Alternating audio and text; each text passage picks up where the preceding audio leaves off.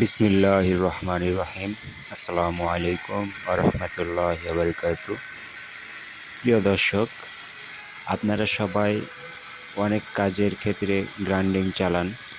যেমন রড মিস্ত্রিরা গ্রাইন্ডিং চালায়, তারা যেই পজিশনে গ্রাইন্ডিং চালায় যেভাবে, সম্পূর্ণ ভুল পজিশন।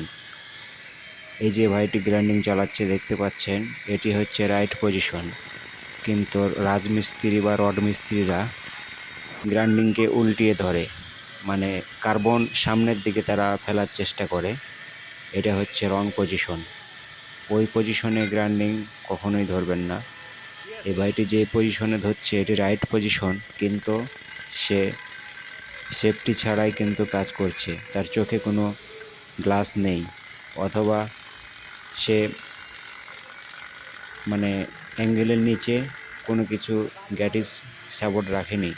এভাবে করে কাটতে গিয়ে পাথর চিপে ধরে, দুই পাশের অ্যাঙ্গেল চাপ খেয়ে, তখন একটা জোরে বাড়ি মারে সামনের দিকে। আর যদি রাজমিস্ত্রি আবার কাটে সামনের দিকে কার্বন ফেলার চেষ্টা করে, তখন আবার পিছন দিকে বাড়ি মারে। এটা সম্পূর্ণ রিস্কের কাজ। অতএব গ্রাইন্ডিং চালানোর সময় অবশ্যই সেফটি চশমা এবং রাইট পজিশনে